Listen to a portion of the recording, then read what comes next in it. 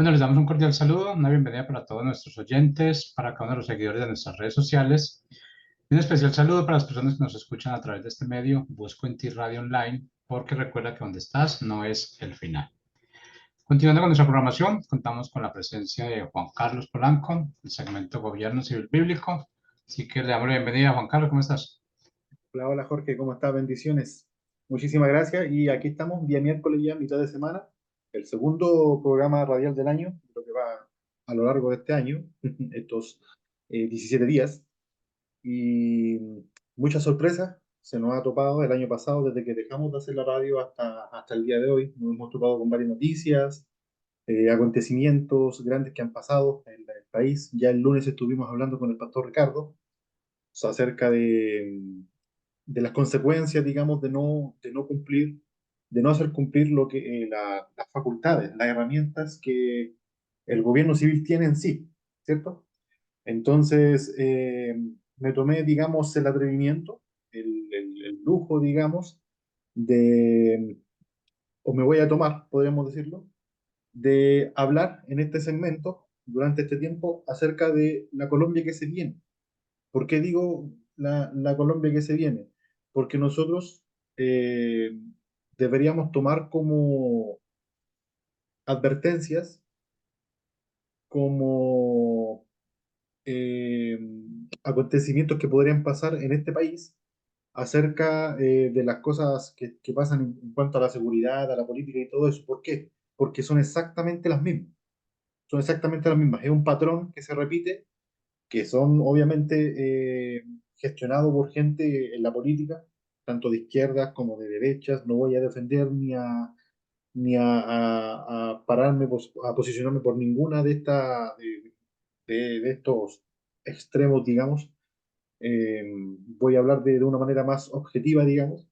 Entonces, vamos a ir analizando, viendo los datos y comparando qué fue lo que pasó, por ejemplo, en la Argentina, qué fue lo que pasó en Ecuador, qué fue lo que está pasando, por ejemplo, en Chile también está pasando, cómo aumentan este tipo de situaciones a causa, digamos, del abandono o de la eh, ineptitud a la hora de hacer cumplir la función del gobierno civil, que es castigar al malo y proteger al bueno, ¿cierto? Entonces, eh, hemos visto un patrón que se repite, que es que se posiciona un líder de preferencia izquierda, ¿cierto? Se posiciona y este líder viene con sus ideas, conceptos medias utópicas, en la que todo el mundo es bueno, en la que es la sociedad la que te corrompe, es el dinero el que te corrompe, pero el hombre es bueno, ¿cierto? El hombre es bueno, es esto. Entonces, bajo este concepto de que el hombre es bueno, el criminal, bajo los ojos del político de izquierda, se convierte en una víctima. ¿Cierto? Es una víctima de la sociedad esta persona, no es un villano. Él no quiso hacer esto porque quiso, él se vio obligado por el sistema a matar a tal persona o a robar a tal persona o a meterse en cierto tipo de negocios ilícitos y todo eso. Entonces, cuando cambias esta base filosófica, digamos, esta cosmovisión, esta perspectiva de ver al que hace el mal, al criminal, como una víctima de la sociedad, se invierten completamente los papeles, ¿cierto? El gobierno, en vez de serle funcional a la gente de bien, comienza y castigar a los malos, comienza a hacer al revés. Comienza a hacerle funcional a los criminales y castigar a la gente de bien. Castigarla ¿cómo? A través de restricciones, a través de impuestos, de corrupción. El mal gasto de plata que se está viendo en los gobiernos es increíble, la filtración de dinero a través de un montón de herramientas burocráticas, el aumento, digamos, en el cuerpo político, este leviatán que crece cada vez más y más, digamos, mientras más poder le da uno, más crece, más crece, más crece.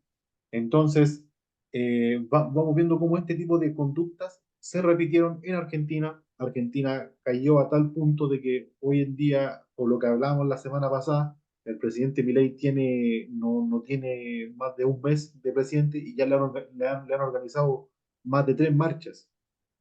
¿Por qué? porque le está pegando duro a los corruptos y los corruptos se están manifestando, ¿cierto? Porque le está pegando duro. O sea, no, el problema con los DNU de Milei no son los DNU en sí, los decretos de urgencia nacionales. ¿Por qué? Porque el gobierno pasado, el gobierno de Macri, todos habían tirado decenas de DNU y nadie nunca hizo nada. El problema es que estos DNU que tiró Milei les da con un estocazo a la corrupción. Entonces todos los grupos de poder se están levantando de una manera, lo quieren voltear, están intentando hacer un golpe de Estado. ¿Por qué? Porque les pegó donde le duele, en los bolsillos, en las corporaciones, en el corporativismo que hay, en los empresarios, como le dicen mismo, en los líderes sindicales, le quitó poder a los líderes sindicales comunistas, cómo manipulaban a la gente. Voy a dar una pequeña explicación de cómo estos tipos negociaban, usaban la pobreza de la gente como un negocio. Hay un bono que te dan en Argentina, que es un bono como ayuda solidaria del gobierno por el trabajo, algo así.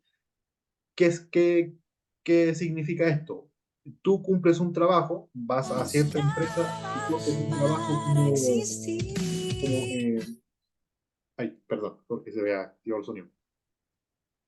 Tú cumples un trabajo, digamos, como electricista, carpintero, albañil, lo que sea, trabajas uno, dos, una semana en un trabajo ya sea así de trato, con sueldo, con todo, y aparte de tu sueldo, tú vas al gobierno y el gobierno te da una plata además para incentivarte más a trabajar. Imagínense lo corrupto que está la sociedad para que el gobierno te tenga que pagar aparte del trabajo para que sigas trabajando en sí.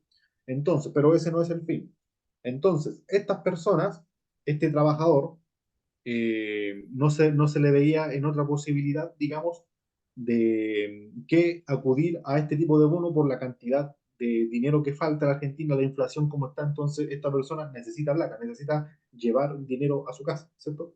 Entonces, hacía el trabajo, iba a cobrar el bono, pero este bono, esta plata, el gobierno se la pasaba a los líderes sindicales y los líderes sindicales se la repartían a la gente.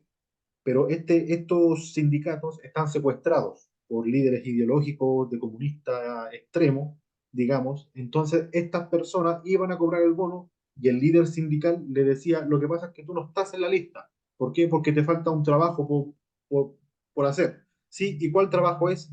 Ir a la marcha. Tienes que ir a la marcha y tienes que ir con tus hijos. Eso cuenta como trabajo. O sea, o manipulaban al pobre que le iban a dar plata. Es por eso que tanto en Argentina, no sé si pasará aquí en Colombia, pero yo he escuchado también que hay colombianos que están en las marchas pro Petro, cuando van a destruir, cuando van a hacer todo, a manifestarse, y lo he escuchado que dicen, no, yo estoy aquí porque me están pagando. Es lo mismo que pasa en la Argentina. Entonces, ¿qué fue lo que hizo Milei? Con los DNU, con los decretos, con todo. Les quitó el poder a los sindicatos. Él en ningún momento dijo, yo voy a dejar de dar los bonos, aunque ideológicamente no va con la posición de él, pero no puede llegar y cortarlo de tan bruscamente.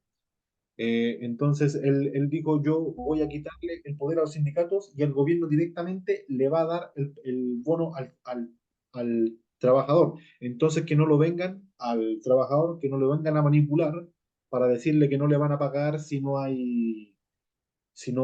a la marcha en sí. ¿Qué fue lo que pasó? La supuesta marcha que iba a volcar el gobierno de Milei no fue nadie. No fue nadie, porque nadie está interesado en eso, ¿cierto? Todos iban por la plata, porque le iban a cortar el beneficio. Entonces los líderes sindicales están con rabia, están enojados porque le quitaron ese derecho, ese poder.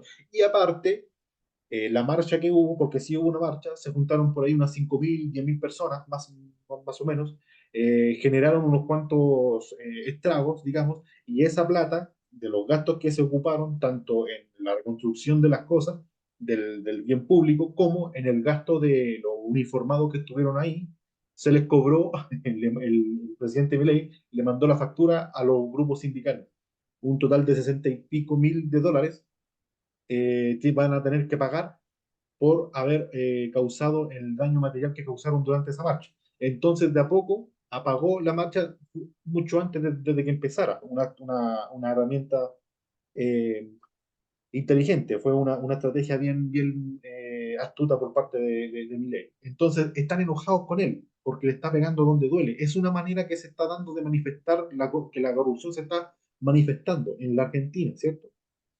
En Ecuador se manifestó de una manera completamente diferente, ¿cierto? Estábamos hablando que el presidente pasado, el Lazo, eh, le dio tanto chipe libre, digamos, tanta libertad a los delincuentes, que estos se apoderaron tanto del país, que al momento que llegó este presidente nuevo y comenzó a hacer su plan para castigar el mal, ellos... Por Perdón. siempre Ok, agradecido de ti. sí, se escucha música. Viviré por siempre. Ahí sí, perdón, qué pena. Entonces, entonces en Ecuador pasó exactamente lo mismo, pero se manifestó de una manera obviamente diferente. ¿Por qué? Porque la corrupción en Ecuador no era sindical, no era política, era una corrupción criminal, ¿cierto? Sicarios, asesinos, traficantes, un montón de cosas. La corrupción en Argentina era política. Entonces, ¿qué fue lo que pasó en Ecuador? Comenzaron a castigar el mal y esta gente se sintió con el atrevimiento de pararse en frente del gobierno civil y comenzaron a hacer actos Viviré terroristas. por siempre De nuevo, Jorge, agradecido. de nuevo está con la voz, qué pena, disculpe.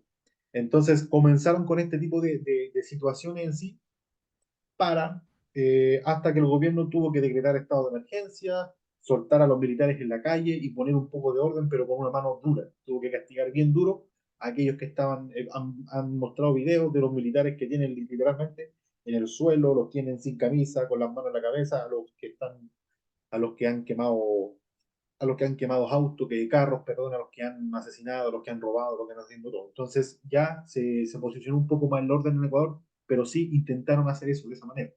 En Chile, yo creo que va a pasar exactamente lo mismo que está pasando aquí en Colombia. Yo creo que el caso de Chile y el caso de Colombia van a la par. Pasó exactamente lo mismo. En octubre, el 19 de octubre del 2019, fue el estallido social en Chile. Un par de meses después, fue el estallido social aquí en Colombia. ¿Qué fue lo que pasa después de eso? Se posiciona el líder como presidente, el líder de la marcha, ¿cierto? En el caso de Chile estaba Boris con todo el sindicato de su grupito que tiene, que hoy en día la mitad está preso por corrupción, ocuparon el gobierno para robar a diestra y siniestra. El gobierno de Boris tiene una aprobación similar a la de Petro, como del 25-23%. Y en Colombia pasó exactamente lo mismo. Llegaron al poder gracias a esa violencia, llegaron al poder gracias a desestabilizar el país, ¿cierto? A, a destruir la moral de las fuerzas de orden, a destruir la moral del empresario, los saqueos que habían, se destruyó la propiedad privada y ellos avalaron todo eso porque les sirve el modus operandi, la herramienta de los líderes de izquierda es la violencia, ¿cierto? Es la violencia en sí. Entonces, está pasando exactamente lo mismo. Bueno, entonces lo que yo voy a hacer ahora, vamos a mostrar unos cuantos gráficos que saqué del Ministerio de Defensa para que veamos y analicemos, porque yo estoy seguro de que el gobierno, en el caso de Chile, estoy seguro de que el gobierno siguiente va a ser del otro extremo, va a ser de la derecha. Si no gana el candidato José Antonio Caz, puede ganar cualquier otro, ya sea Rodolfo Carter o Evelyn Matei, son personas que son de esta derecha firme, conservadora, digamos, pero sí va a ser de esta línea. Entonces, ¿cómo va a actuar esta izquierda delincuente, digamos, estas personas a las cuales se le ha dado tanta libertad, cuando se le posicione una persona que literalmente tiene los pensamientos de Bukele en cuanto al crimen, a castigar al malo de verdad? ¿Cómo van a reaccionar? ¿Cómo van a reaccionar aquí en Colombia? Entonces, lo que vamos a hacer, a ver unos cuantos gráficos del Ministerio de Defensa de aquí en Colombia, cómo se han mantenido o han aumentado los crímenes, digamos, en Colombia. Entonces, que esto nos sirva, digamos, como durante el gobierno anterior también, no hay que desmerecer, digamos, lo malo que ha hecho el gobierno anterior, porque también tampoco hizo las cosas como se debían hacer. Y este gobierno, el de Petro también, cómo han continuado con esta libertad que le, ha dado, que le han dado al mal. Entonces, si me permiten compartir pantalla, vamos a ir viendo. Aquí está, miren, si se fijan bien, la tasa de homicidios siguen en alta. Entonces dice aquí, el homicidio de civiles, el indicador de seguridad más importante, tan solo disminuyó un 1%, con una diferencia de 128 víctimas. Según los datos del Ministerio de Defensa, los meses más críticos se sitúan entre marzo del 2023 y junio del 2023, que cuentan con más de 1.000 víctimas a nivel nacional. La tendencia del homicidio es en el primer año de Petro no logró romper el deterioro que traía el gobierno anterior, ¿cierto? Por eso digo que veamos esto de un punto de vista que el mundo político está corrupto, no solamente un cierto partido, un cierto sector. El ministro de Defensa Velázquez destacó como un logro que el indicador hubiera caído en 17 departamentos. Sin embargo, tuvo aumentos en otros que mantuvieron la tasa nacional en un nivel alto, sobre todo en la costa Caribe. Entonces aquí hay un gráfico. Como digo, esto es del Ministerio de Defensa. Lo saqué de ahí para quise ocupar algo del mismo gobierno, no de algo privado, para no caer quizá en algo más ideológico. Entonces, si se fijan bien, durante el gobierno de Duque, 12.167, y a lo que va del gobierno de Petro, que todavía no termina, eh, 12.039, ¿cierto? Desde agosto del 21 hasta junio del 2022. Y aquí también, desde agosto del 2022 hasta junio del 2023. O sea, en los mismos meses se mantiene de esa manera. Bajó un poquito en este gobierno, pero sigue igual, ¿cierto? No se está haciendo nada para disminuir la tasa de homicidios que hay en Chile. O sea, perdón, en Colombia, digamos, ¿cierto? Entonces, eh, asimismo, este mismo modo de pensar de personas como Gustavo Petro, que dice que hay que pagarle a los ladrones para que no roben, que hay que pagarle a los homicidas para que no maten, que para que algo pase de ser ilegal a legal hay que quitarle la I. O sea, son medidas completamente salidas descontextualizadas, que no tienen ningún final que beneficie a la sociedad en sí. Entonces, ¿qué va a pasar cuando el próximo gobierno, si Dios quiere, que se posicione una persona de bien en Colombia, sea una persona que le dé duro a los homicidas, sea una persona que le dé duro a los corruptos en sí? ¿Cómo van a reaccionar? ¿De qué manera van a reaccionar? Es por eso que en este sector, como título puse La Colombia que se viene, para que nosotros estemos expectantes, digamos, a la hora cuando termine el gobierno, se posicione otro, cómo vamos a reaccionar nosotros, la ciudadanía, ¿cierto? Ante, obviamente, le van a intentar hacer desde el día número uno al siguiente gobierno, si es oposición de la izquierda, ya sea de derecha, centro, lo que sea, republicana, lo que sea, conservadora, liberal, le van a intentar hacer eh, un golpe de Estado, pero de lo más violento que hay, ¿cierto? ¿Por qué? Porque a la izquierda la democracia le funciona solamente cuando salen beneficiados ellos, pero cuando no salen beneficiados ellos, no, que fue un golpe de Estado, que fue manipulación, que esto no es la democracia, esto no es lo que el pueblo quiso, aunque en el caso de Argentina el 57% el 57% de los argentinos haya votado por el presidente Milei. No, el pueblo no supo elegir, el pueblo es un tonto, pero cuando el pueblo lo vota a ellos, el pueblo eligió, el pueblo es sabio, respetemos la democracia, ¿cierto? Es por eso, en el caso de los estallidos sociales, cuando ellos son oposición, hay estallidos sociales, y cuando ellos son gobiernos, están en el poder oficial, digamos, no hay nada. No han habido marchas, no han habido saqueos, no han habido nada. El país está mudo completamente. En Argentina, durante los 4 años, el otro día estaba viendo un meme que decía cuáles son los animales que más invernan. Ponían oso 6 meses, ponían otro animal tantos meses, y ponían al, al, al votante de izquierda en Argentina 4 años. ¿Por qué? Porque estuvieron 4 años durmiendo, y ahora que ganó la oposición, se están ragando vestidura por la cantidad por el aumento de los precios, la inflación, ahora se están quejando, pero tuvieron 4 años, desde diciembre hasta diciembre del año pasado, hasta el 10 de diciembre del año pasado, cuando ganó el Milei, estuvieron, el 16, perdón, estuvieron tranquilitos, mudos, no dijeron nada, y la excusa que dio ahora el Polo Obrero, todos estos grupos sindicales, era que es que no salimos por la pandemia y no salimos por la guerra de Ucrania, imagínense. Ay, qué gente tan noble, ¿cierto? Pero también estaban descontentos con el gobierno anterior, solamente que no habían salido por la pandemia y por la guerra de Ucrania, imagínense.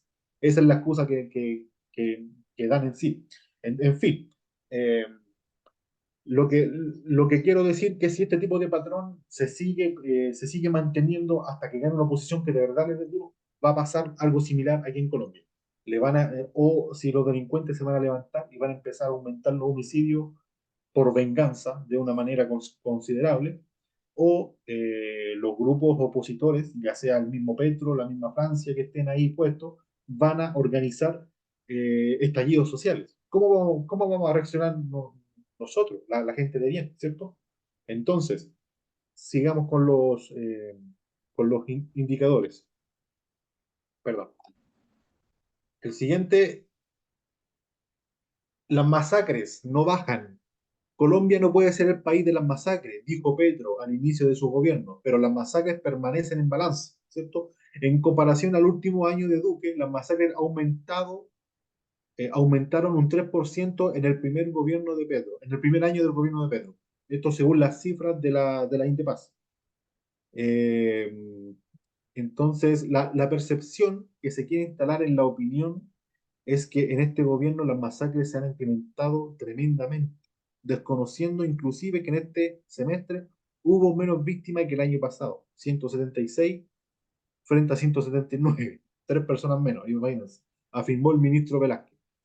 En los periodos comparables, los casos de masacre sí aumentaron, aunque por poco, de 79 en el último año de Duque a 81 en el primer año de Petro, ¿cierto?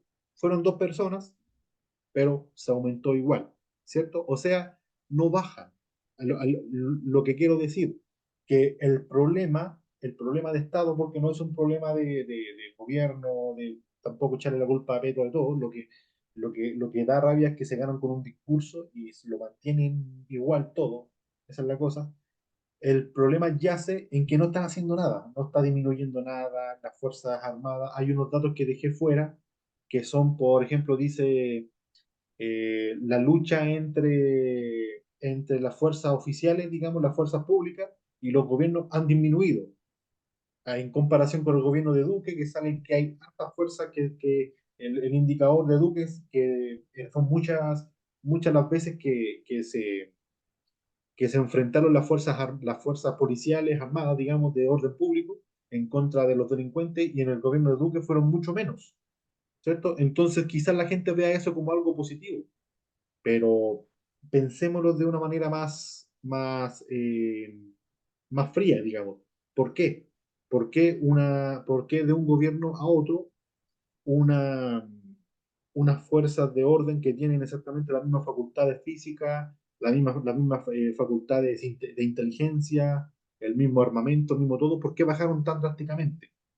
Recordé quién es el jefe del poder ejecutivo, el presidente. Entonces, algo pasó ahí que están evitando que las fuerzas de orden público intenten frenar a los malos, ¿cierto? Entonces, también hay uno que dice que menos funcionarios públicos de las fuerzas han fallecido durante el gobierno de Petro. Entonces dicen, los de Duque se dispararon y los de Petro bajaron hasta así un poquito. Y de nuevo, repito exactamente lo mismo. ¿Por qué? ¿Por qué? Aunque sí es lamentable que nuestras policías de seguridad mueran. Es muy lamentable. Yo no estoy diciendo eso que los manden a matar. Pero lo que estoy diciendo es que hay algo que está pasando, que no se están enfrentando, no hay enfrentamiento. O sea, no hay una prioridad en cuanto a combatir el crimen en sí, ¿cierto? Entonces, eso es lo que está pasando en sí, se le está dando más libertad a la gente, porque, por ejemplo, mientras un indicador dice que menos policías mueren, veamos cómo es el indicador de los civiles que mueren. Puede que se dispare.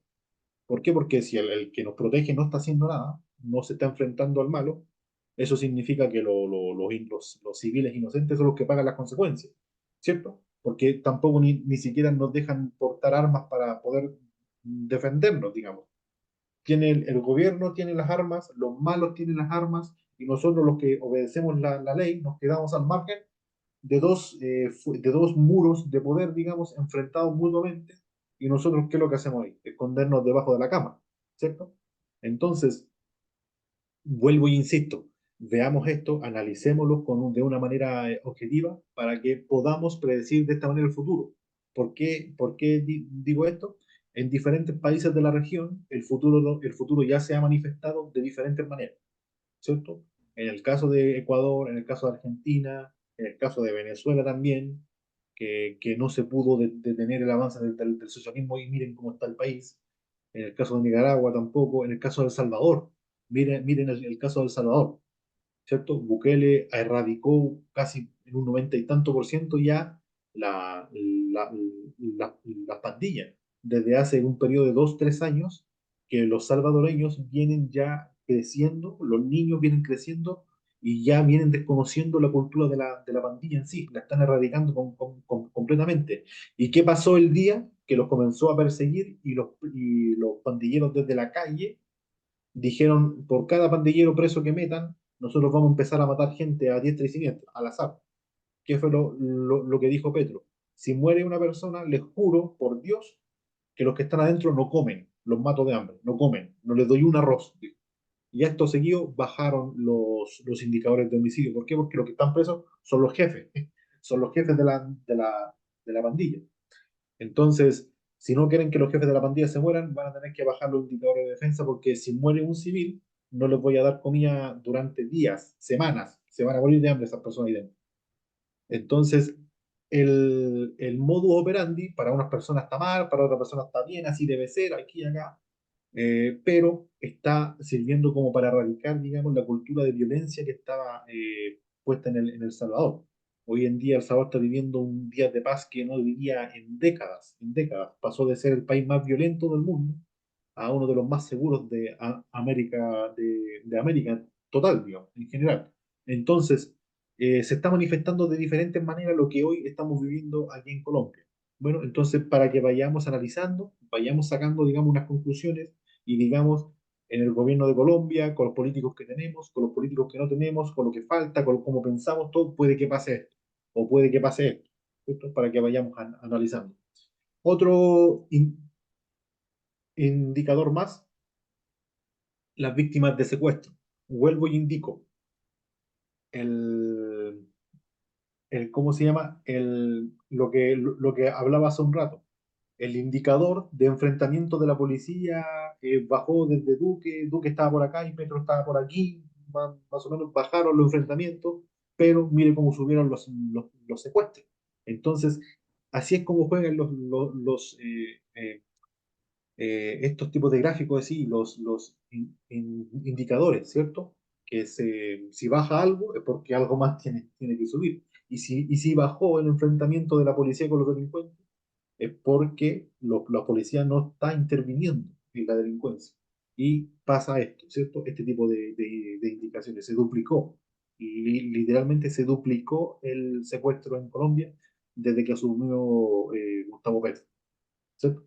Entonces dice aquí, la Defensoría del Pueblo presentó un balance acerca de los primeros 6 meses del año y aseguró que los secuestros, como consecuencia directa del conflicto, aumentaron considerablemente.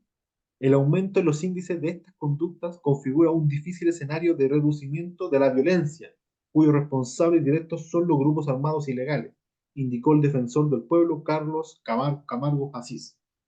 Los registros de secuestro aumentaron en un 101%. Hubo 285 víctimas frente a 142 correspondientes del periodo de agosto del 2021 a junio del 2022. Los departamentos más afectados fueron Antioquia, Arauca y el norte de Santander. En los últimos dos, el ELN tiene una presencia fuerte y fue responsable de varios plagios de alto impacto.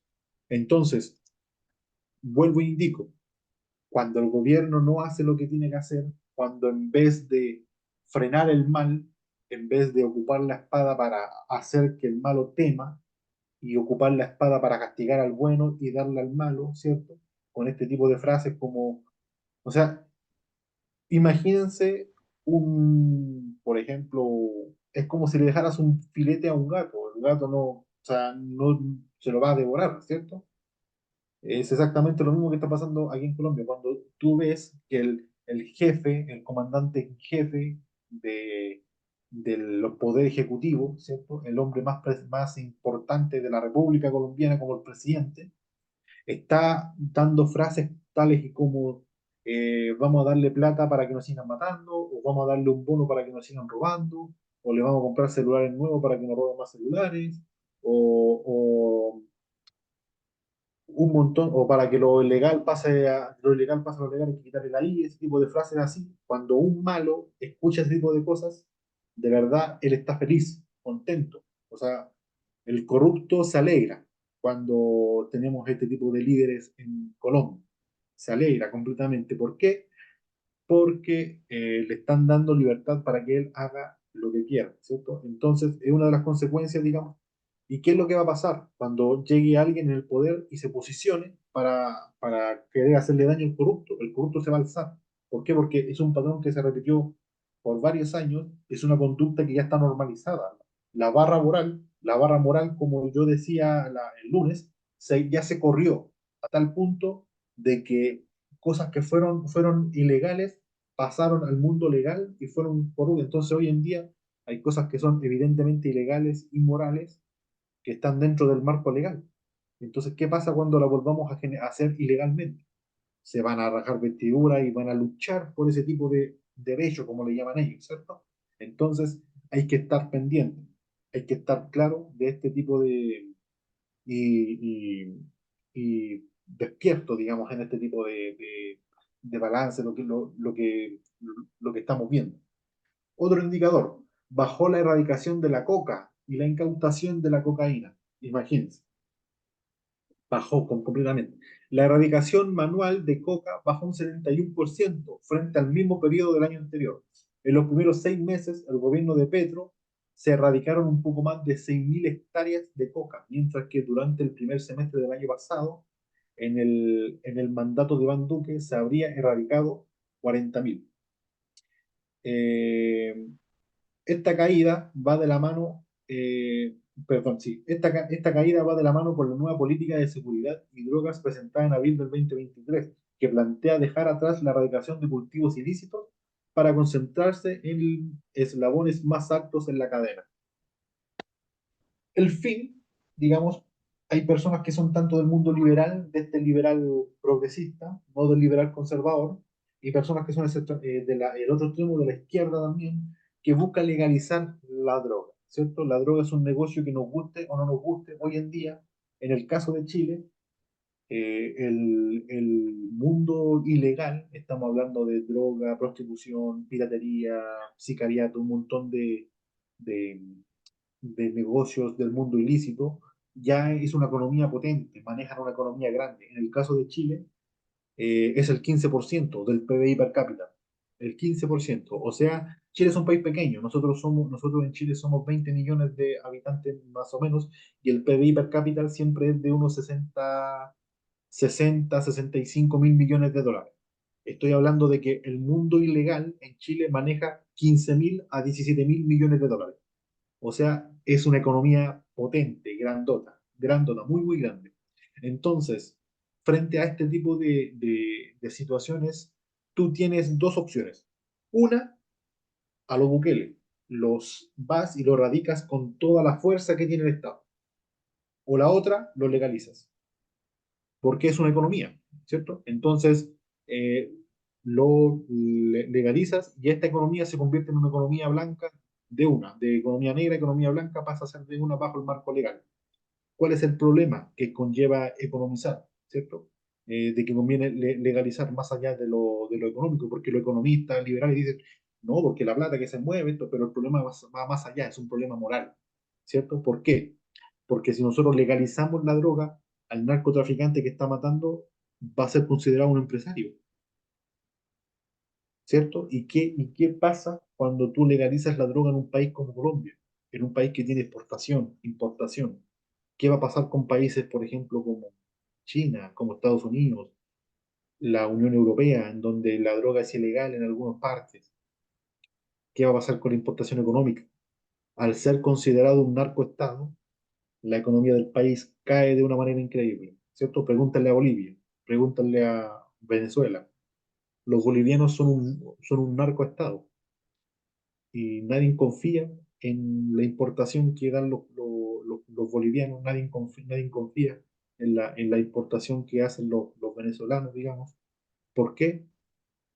Porque genera desconfianza, la gente no quiere recibir droga en su país. Hay algunos países que todavía se limitan a hacer eso. Entonces, hay que tener cuidado con eso, con pasar de ser un Estado que combate el crimen a pasar de ser un Estado que legaliza la droga y todo este tipo de cosas.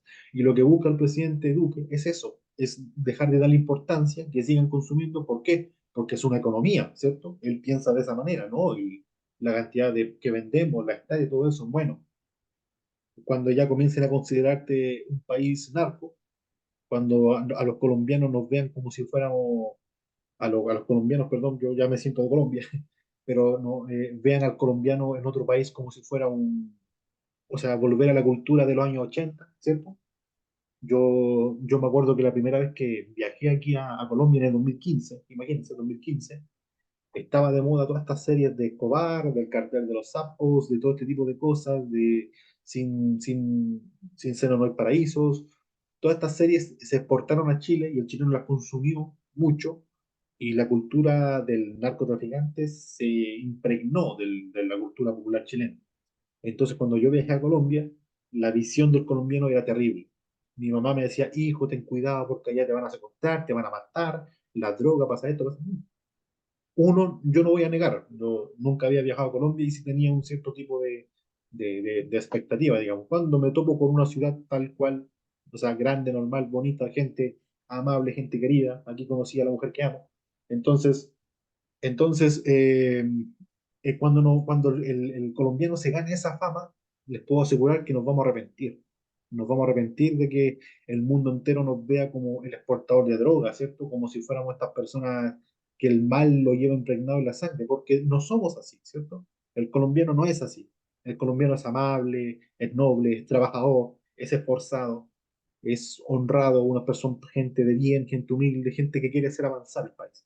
Entonces, cuando tú legalizas, cuando tú permites que un gobernador, que un presidente, que un líder haga este tipo de cosas, que no le dé importancia, digamos, a la erradicación de la droga, la barra moral se cobre completamente. Entonces, al traficante, como dije hace un rato, va a ser considerado empresario. Entonces, una persona que escaló en su negocio a punta de pistola, a punta de droga, a punta de homicidio, de asesinato, de destrucción de familias, porque cada millón que gana él, cada peso que gana él, está destruyendo miles de familias, jóvenes que se están muriendo en las drogas.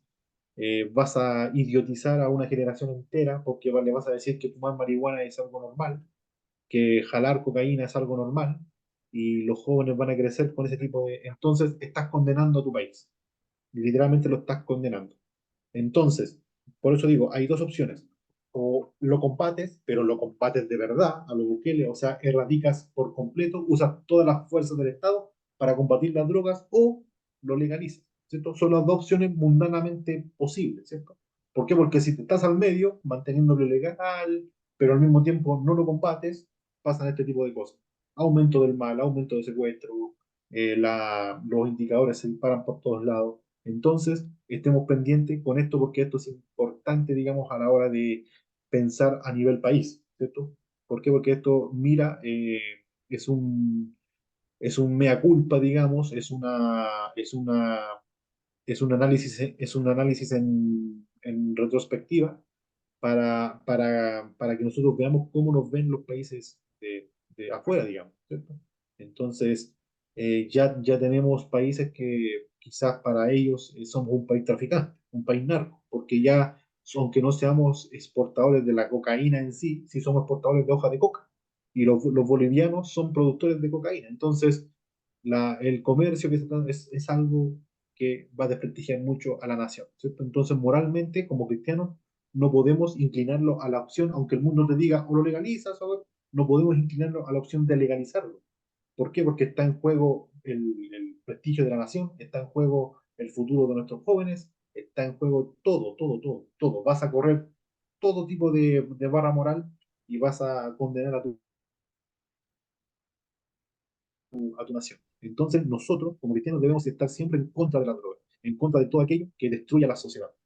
Y el último, enfrentamiento entre grupos armados, ¿cierto? Aumentaron los enfrentamientos entre grupos armados. El número de enfrentamientos de los grupos armados ya no se concentra con la fuerza pública. Ojo con esto, ¿cierto? Yo ya había dicho eso. Sino entre ellos mismos. Pese a que aumentaron un 43% en los primeros 6 meses de este año, hubo una disminución del 11% frente al último semestre del año anterior, según las cifras del mecanismo de monitoreo de la UIA y la JEP, de la JEP. En el último año, el mayor número de hechos perpetrados es entre las disidencias de la FARC y el ELN. Este fenómeno ha sido criticado como un resultado de haber cedido control territorial a los grupos armados en el contexto de la política de la paz total, ¿cierto? Y este es un claro ejemplo de lo que yo también decía. El gobierno no está para sentarse en la mesa y negociar con los villanos, y negociar con los terroristas, con los malos, y decirle, dejen de matarse, dejen de matarnos, y les damos curules en el Senado, les damos curules en la Cámara Baja, ¿cierto? O les damos algún tipo de ministerio. No estamos para eso, no estamos para eso, el gobierno no está para eso. Cuando tú haces eso, automáticamente ya gobernaste, condenaste para que tu nación sea territorio de guerra, territorio de guerra. El que pierde, hay una frase que dice, el que pierde la dignidad para obtener la paz, no, perdón, el que pierde la dignidad para evitar la guerra, se queda sin dignidad y se queda con la guerra, ¿cierto? Entonces nosotros no podemos rebajarnos a este nivel. Como digo, yo siempre bajo a la ciudad, hablo con taxistas, hablo con hombres, hablo con gente, y la gran mayoría del pueblo colombiano trabajador está cansado, harto, digamos, de este tipo de situación. No quiere este tipo de situación. La gran mayoría del país, yo creo que solamente el 20% que todavía apoya a Petro de manera religiosa son los que están de acuerdo con este tipo de situaciones. Siento que el acuerdo de paz fue algo para bien y todo eso, porque no fue para bien. Le entregamos el país en bandeja a los grupos armados. Hoy en día tenemos presidentes, tenemos ministros que en su pasado fueron guerrilleros asesinos. Entonces, cuando tú haces eso, eh, se logran este tipo de situaciones en sí, ¿cierto? Entonces, insisto, los grupos comenzaron a enfrentarse entre ellos. ¿Por qué? Porque el gobierno no se está metiendo. El gobierno no está haciendo lo que tiene que hacer. Y en este fuego cruzado, aunque la gente diga, ay, sí, que se maten entre ellos, se dan tiros en lugares donde hay civiles, donde hay niños que están creciendo mirando esta violencia. Hay niños que están creciendo mirando cómo matan a tus padres, cómo tu hermano tuvo que ser obligado, tu hermano mayor tuvo que irse obligado a servir a un terrorista, también a matar al mismo campesino. Y ellos crecen pensando eso, crecen pensando en que están destinados para morir de la misma manera. Yo he conocido jóvenes muchachos de 14 años, 15 años que piensan así. Entonces, no podemos permitir este tipo de situación. Bueno, yo creo que ya hasta acá llegamos por hoy. Ya el próximo lunes vamos a seguir, digamos, para que el colombiano promedio no esté, digamos, desatendido de esta situación, no esté eh, al margen, digamos, ¿cierto? La Biblia dice que debemos ceñir los lomos, tener de vuestro propio discernimiento, digamos. Eh, la frase ceñir los lomos viene de, antiguamente en el mundo hebreo, el traje del hebreo era un vestido, una túnica, un traje como con una falda larga. Entonces, cuando tú ceñías el lomo, significa levantarte la falda y amarrártela en el lomo, en tu cintura, te la amarrabas en tu cintura. ¿Para qué? Para que tus pies queden libres. Eso se ocupaba para trabajar en el campo, o también se hacía cuando había una guerra, una batalla. Entonces el hombre había alarma de combate o algo, entonces el hombre, ¿qué es lo que hacía? Se levantaba su vestido, se lo ponía en su cinturón, se lo amarraba para que sus pies quedaran más libres y así poder correr a la batalla, ser más ágil. Entonces, es por eso que Pedro dice eso, ceñid los lomos de vuestro entendimiento. Lo que nosotros pensamos, debemos estar al margen, a la alerta de nuestra misma forma de pensar. Entonces debemos estar expectantes a combatir a nuestro propio yo. Entonces, como cristianos, no podemos mantenernos o desconocer, digamos, lo que está pasando en otros países, porque lo mismo está pasando acá. Es por eso que yo dije la Colombia que se viene. Entonces, ya nos estamos viendo el próximo lunes. Muchísimas gracias por escucharme. A los que están en vivo y a los que escucharon, a los que van a escuchar después por diferido, digamos, le damos de verdad las gracias. Bueno, entonces nos vemos el próximo lunes. Bendiciones del Altísimo. Muchas bendiciones. Que estén bien.